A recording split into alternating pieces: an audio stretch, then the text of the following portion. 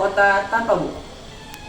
Pernahkah kau ke toko buku, perpustakaan atau taman bacaan? Tidakkah kau merasa istimewa ketika berada di dalamnya? Di sekelilingmu ada berbagai tokoh dari dunia nyata dan khayal. Tempat yang kau pernah kunjungi dan yang belum. Informasi dan cerita masa lalu, masa kini, dan masa depan. Semua berpadu, semua berada di dalam genggaman. Saat berada di antara buku, tidakkah kau merasa menjadi raja dan ratu? Ruang dan waktu seolah menyatu tanpa batas. Kau bisa terbang, melintasi sekat negara dan melewati berbagai zaman. Kau bisa menyelam ke dalam samudra, melayang di angkasa, bercanda dengan aneka satwa, dan berkelana di tengah padatnya kota.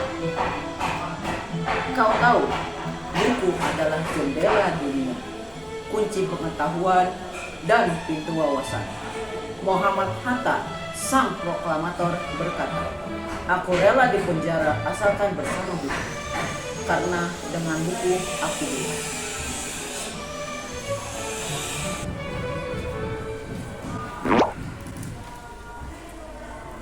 Melalui buku, manusia terbebas dari ketidaktahuan.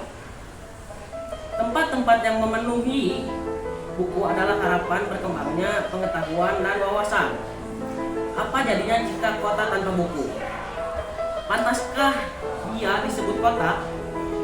Di kota itu mungkin kabar datang dari sumber lain, dari koran, televisi, atau internet. Mungkin informasi dan cerita datang dari cerita nenek moyang. Berbagai dongeng sebelum tidur. Irama warganya pun tidak beda. Bangun pagi, bertebaran di muka bumi untuk berbagai keperluan, untuk kembali pulang siang atau sore harinya.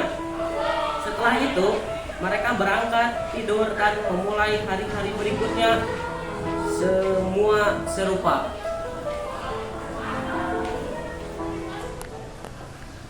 Hello there. Di kota itu, mungkin ada bangunan bernama perpustakaan. Di dalamnya, buku-buku berderet dalam rak yang tak terjamah.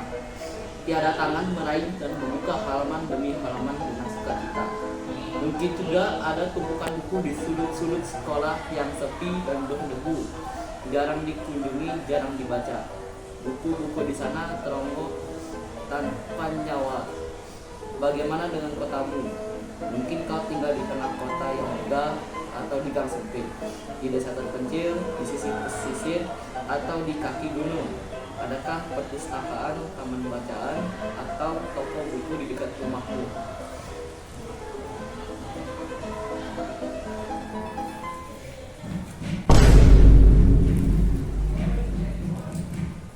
Jika ada, apakah tempat itu menjadi wadah perkumpulan anak-anak dan warga?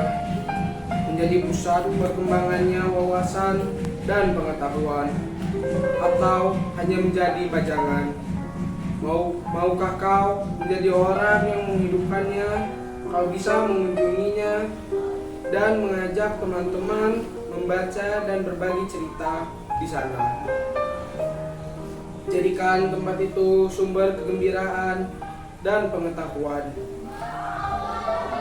Jika tempat itu belum ada, maukah kau menjadi orang yang mulai menghadirkannya?